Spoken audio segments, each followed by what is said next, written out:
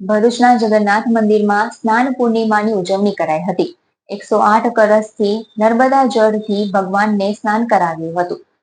15 દિવસ સુધી દર્શન બંધ રહેશે।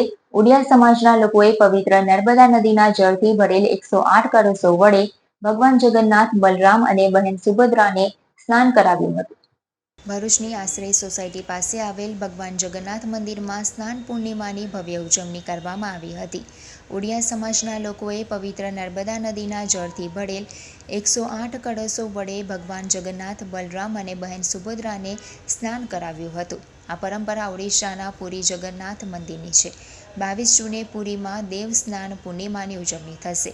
આ દિવસે મહાપ્રભુ જગન્નાથનો જન્મ થયો હોવાથી તેમને સ્નાન કરાવવામાં આવે છે। વર્ષમાં માત્ર એક જ વાર આ વિધિ થાય છે।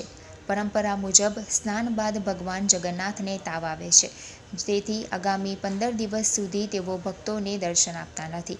આ સમયગાળા દરમિયાન તેમના ભક્તોને ભગવાન આલરનાથ દર્શન આપે છે। રથયાત્રાના 2 દિવસ પહેલા ગર્ભગૃહ ભક્તો માટે ખુલ્લું મૂકવામાં આવે છે। ભરૂચના મંદિરમાં પણ આ પરંપરા જાળવવામાં આવી છે।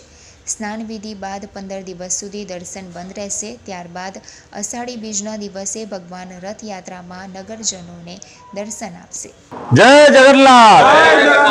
आज पवित्र देव स्नान पूर्णिमा, भगवान जगन्नाथ, बड़े भाई बलराम, बहन सुभद्रा, सुदर्शन भगवान, अभी चतुर्धा मूर्ति का स्नान विधि नीचे चल रहा है।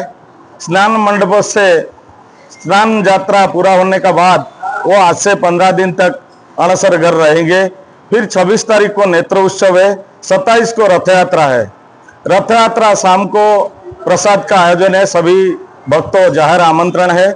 उसका बाद 9 दिन तक 28 तारीख से लेके 9 दिन यहाँ शाम को भजन कीर्तन का नीचे प्रोग्राम है।